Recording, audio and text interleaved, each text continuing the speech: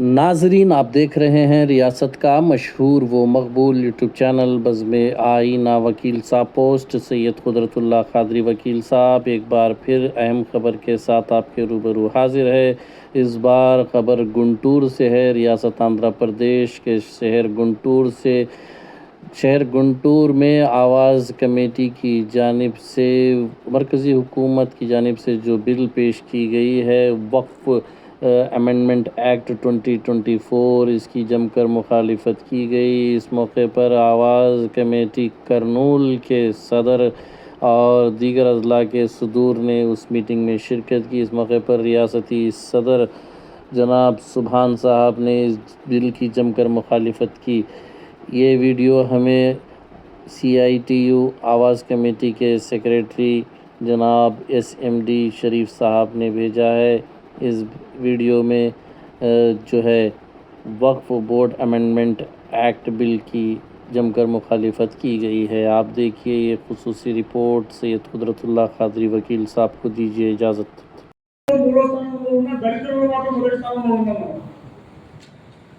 ఇది మనం చెప్పడం కాదు, సచార్ కమిటీ చెప్తూ ఉంది, రంగనాథన్ స్వామి కమిటీ చెప్తున్నది కూడా అదే. అందరికంటే ఎక్కువ ఎంతమంది వాళ్ళు ఎవరైనా చెప్పి ఈ దేశంలో ముస్లిం తప్పని కొట్టారని చెప్పి చెప్తున్నారు. కాబట్టి ఆస్తుల పరంగా ప్రభుత్వం ప్రకటించిన దాంట్లో 3వ స్థానంలో ఉన్నాం. ఆ క్రమంలో భారతదేశంలో పేదరికంలో దరిద్రంలో మొదటి స్థానంలో ఉన్నాం. మొదటి స్థానం మనకు అన్నింటిలో ఉంది. అవిద్యలో ఉంది, అభివృద్ధిలో ఉంది, అట్లాగే నిరక్షరాస్యులో ఉన్నాం, ఉద్యోగస్తులు ఉన్నాం.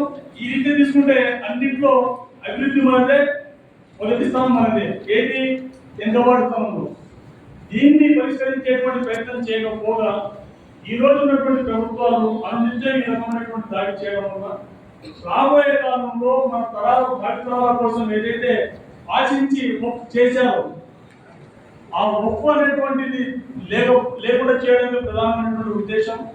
మీ అందరికీ తెలుసు, రకరకాల పేర్లు విన్నాల్సింది. ఈ దేశమే భారతీయులది, భారతదేశమే ముస్లింలది కాదు. ముస్లింలు అనేటువంటి వాళ్ళు దొరబడి వచ్చినటువంటి వాళ్ళు. ఈ దేశమే మనది కానప్పుడు ఈ దేశంలో ఉన్నటువంటి సంపద కానీ ఆస్తులు కానీ మనం ఎట్లయితే అనేది ఒక ప్రశ్న. బీజేపీ RSS వాళ్ళు చెప్తున్నది కూడా అదే. ముస్లింలు ఈ దేశంలో సెకండ్ తరగతి పౌరులు ఉండాలా, వాళ్ళ ప్రాపర్టీస్ అంతా మనకు ఉండాలనుకుంటున్నాం.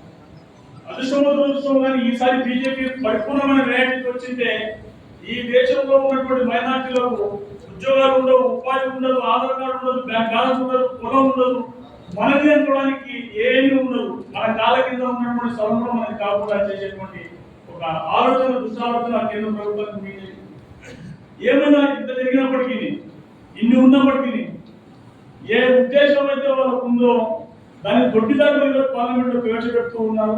ఆ ప్రవేశపెట్టినటువంటిది కూడా చట్ట సవరణ ఒక పక్కేమో హిందూ దేవాలయాల దగ్గర కానీ లేక హిందూ పుణ్యక్షేత్రాల దగ్గర కానీ అన్ని మతస్థులు వ్యాపారాలు చేయమని చెప్పి పెద్ద ఎత్తున దాడి చేస్తున్నారు. అవసరమని చెప్పి భౌతికలు జరుగుతూ ఉన్నాయి.